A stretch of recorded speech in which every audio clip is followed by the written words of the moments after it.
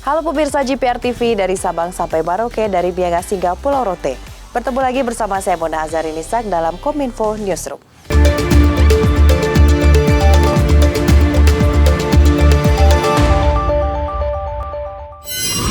Pemirsa, informasi pertama diawali dengan peringatan Hari HAM tahun 2021. Presiden Joko Widodo menegaskan komitmen pemerintah untuk menyelesaikan kasus pelanggaran HAM berat. Hal tersebut disampaikan oleh Presiden Joko Widodo pada Jumat 10 Desember 2021 di Istana Negara.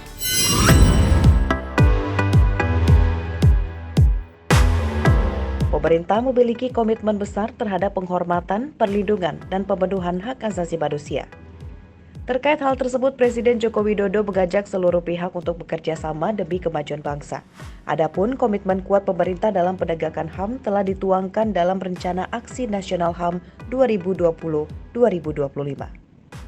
Yang meliputi hak sipil, politik, ekonomi, sosial, serta budaya harus dilindungi secara berimbang dan tidak ada satupun yang terabaikan.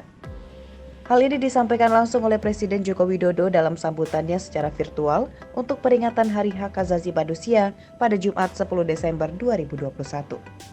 Untuk memastikan dan memantau penghormatan, perlindungan, pemenuhan hak penyandang disabilitas, dan merupakan wujud dari implementasi dan pemantauan terhadap Convention of the Right of Person with Disabilities.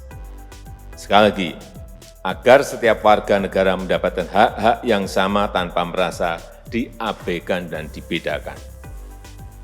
Bapak Ibu yang saya hormati, jaminan hak-hak sipil, politik, dan hukum juga harus menjadi perhatian kita bersama. Semua warga negara memiliki hak dan kedudukan yang setara dalam politik dan hukum.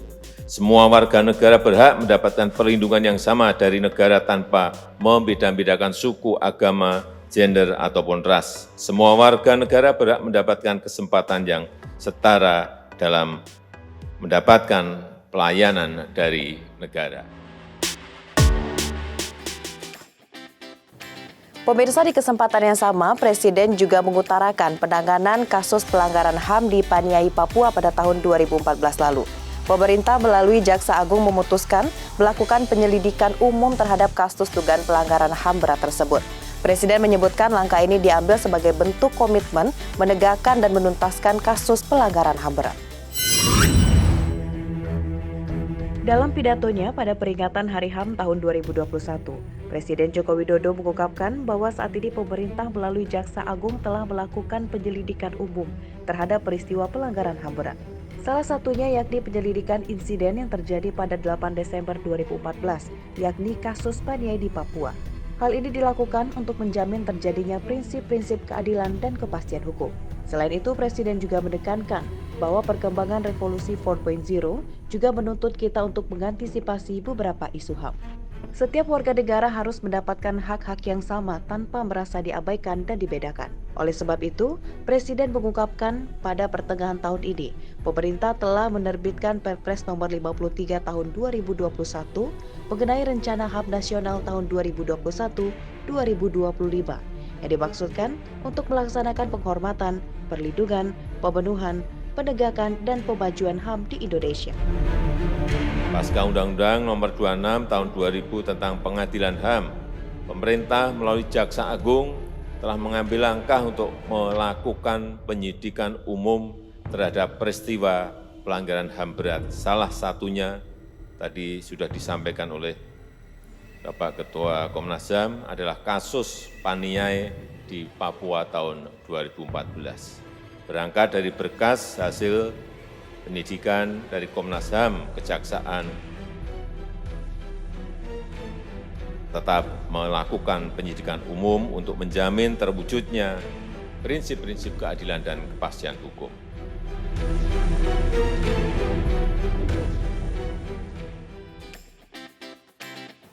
Pemirsa, Presiden Joko Widodo juga mengungkit adanya kekhawatiran masyarakat terhadap pembatasan kebebasan berpendapat karena Undang-Undang ITE. Ia pun menjamin undang-undang tersebut akan membatasi hak masyarakat untuk bersuara dan memerintahkan Kapolri untuk mendepankan langkah persuasif dalam merespon bentuk kritik masyarakat terhadap pemerintah. Dalam pidatonya pada peringatan Hari HAM tahun 2021, Presiden Joko Widodo juga menyampaikan bahwa saat ini masyarakat juga harus waspada dan jangan ada kriminalisasi terhadap kebebasan berpendapat. Presiden mengingatkan bahwa kebebasan berpendapat harus dilakukan secara bertanggung jawab kepada kepentingan bermasyarakat yang lebih luas.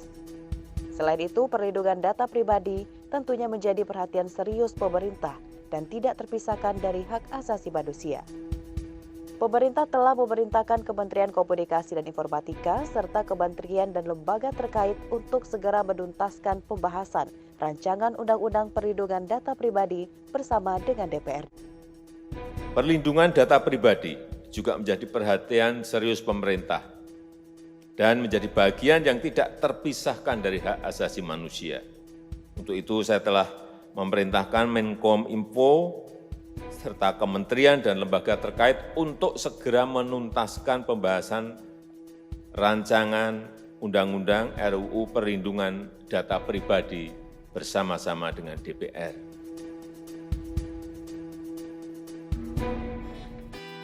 Beralih ke informasi berikutnya. Pemerintah mengeluarkan instruksi Mendagri nomor 62 tahun 2021 tentang pencegahan dan penanggulangan COVID-19 pada saat Natal dan Tahun Baru. Dalam edaran tersebut, Sekjen Kemendikbudristek pun turut mengeluarkan surat edaran untuk menghimbau agar sekolah tidak meliburkan siswanya selama periode Natal dan Tahun Baru. Pemerintah melalui Kemendikbudristek telah merilis surat edaran nomor 29 tahun 2021 mengenai aturan pembelajaran selama periode jelang Nataru 2022. Kebijakan diambil sebagai langkah pencegahan dan pengendalian penyebaran COVID-19 jelang pergantian tahun. Terdapat 6 poin yang menjadi fokus dalam imbauan tersebut, yakni pelaksanaan pembagian rapor semester 1 bagi PAUD, SD, SMP hingga SMA dilakukan pada Januari 2022. Tidak meliburkan secara khusus kegiatan pendidikan di satuan pendidikan baik sekolah dan kampus selama periode Nataru, tertanggal 24 Desember 2021 sampai dengan 2 Januari 2022. Satuan pendidikan juga diharuskan menetapkan protokol kesehatan yang lebih ketat dengan 5M. Kemudian tidak memberikan cuti kepada pendidik dan tenaga kependidikan ASN. Menunda pengambilan cuti bagi pendidik dan tenaga kependidikan setelah periode libur Nataru, dan tidak bepergian atau tidak pulang kampung ke luar daerah dengan tujuan yang tidak mendesak. Menutup informasi terakhir, BNPB mengeluarkan panduan kepada masyarakat terkait kesiapan terhadap bencana di masa pandemi COVID-19. Hal ini dimaksudkan agar penanganan evakuasi pada saat banjir namun tetap mengedepankan protokol kesehatan COVID-19. Badan Nasional Penanggulangan Bencana memberikan panduan kepada masyarakat terkait dengan kesiapsiagaan terhadap bencana banjir pada masa pandemi. Upaya yang dilakukan seperti pemerintah harus melakukan peninjauan lokasi rumah sakit yang merawat pasien COVID-19 dan memiliki risiko terkena banjir. Selain itu, Pemda perlu menyiapkan protokol kesehatan evakuasi bagi pasien dan pekerja medis. Penyiapan tempat evakuasi sementara dan tempat evakuasi akhir harus berlokasi dari daerah yang aman dari ancaman banjir. Pemerintah dan masyarakat perlu menyiapkan cadangan APD yang dipakai saat evakuasi. Siapkan tas siaga bencana yang berisi barang-barang penting seperti tempat ibadah, air minum, obat-obatan, dokumen, dan barang penting lainnya yang tidak menyulitkan untuk dibawa. Terakhir, pemerintah daerah juga harus menyiapkan rencana evakuasi protokol kesehatan. Itulah informasi yang telah kami kemas untuk Anda. Dapatkan update berita pilihan setiap harinya di kanal GPR TV atau sosial media gprtv.id. Saya Mona Azarini pamit, sampai jumpa.